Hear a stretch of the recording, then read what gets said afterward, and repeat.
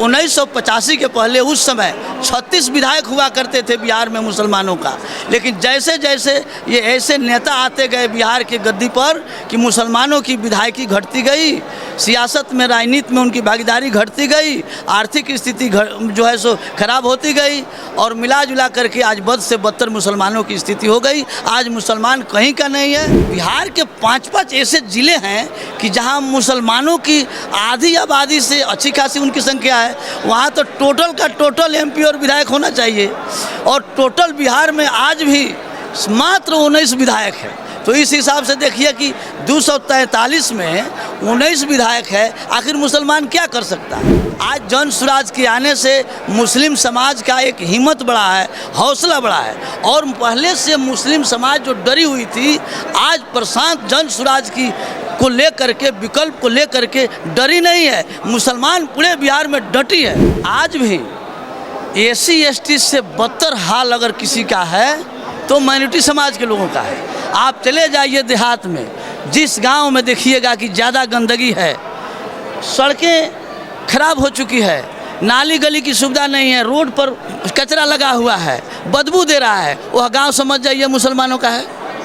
तो जिनकी सबसे ज़्यादा खस्ता हाल है, जिनकी इतने संख्या रहते हुए भी और उनकी ये जो बुरा हाल हुआ है, इसी बात को उन्होंने समझाने के लिए यह मीटिंग बुलाए हैं कि आखिर आपकी यह दुर्दशा क्यों, इसमें क्या किया जाए आप और हम सब मिल कर के कि यह दुर्दशा से उबरी पाया जाए।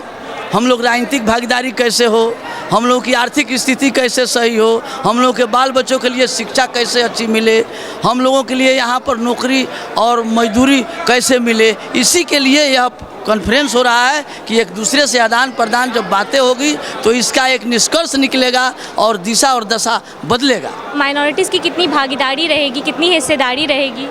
देखिए, माइनॉरिटी का पूरे बिहार में 18% है, तो 18% के हिसाब से 243 सीट बिहार में जो चुनाव होने जा रहा है, 243 सीट पर पहली बार जन स्वराज लड़ने जा रही है और किसी से तालमेल नहीं होगा।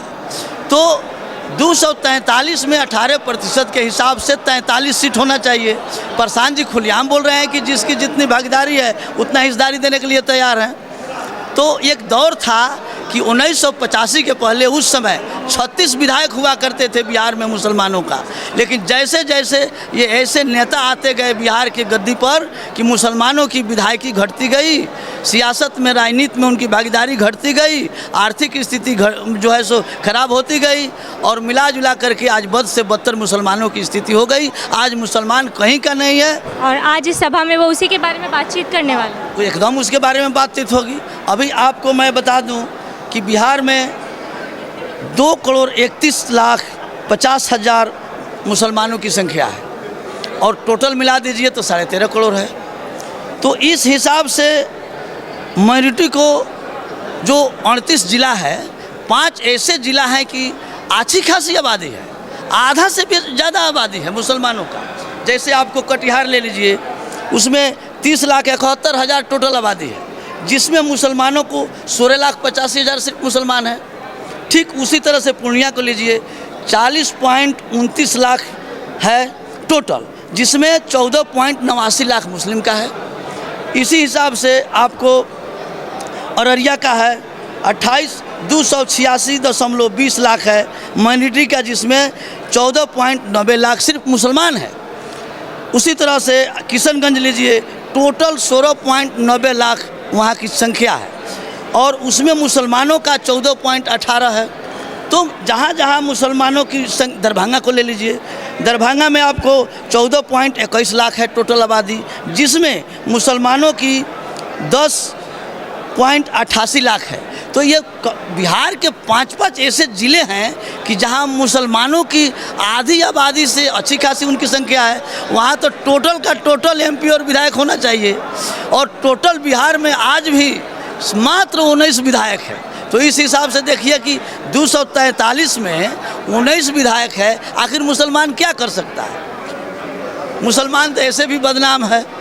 मुसलमान के लिए कोई विकल्प भी नहीं था। आज जन स्वराज के आने से मुस्लिम समाज का एक हिम्मत बढ़ा है, हौसला बढ़ा है।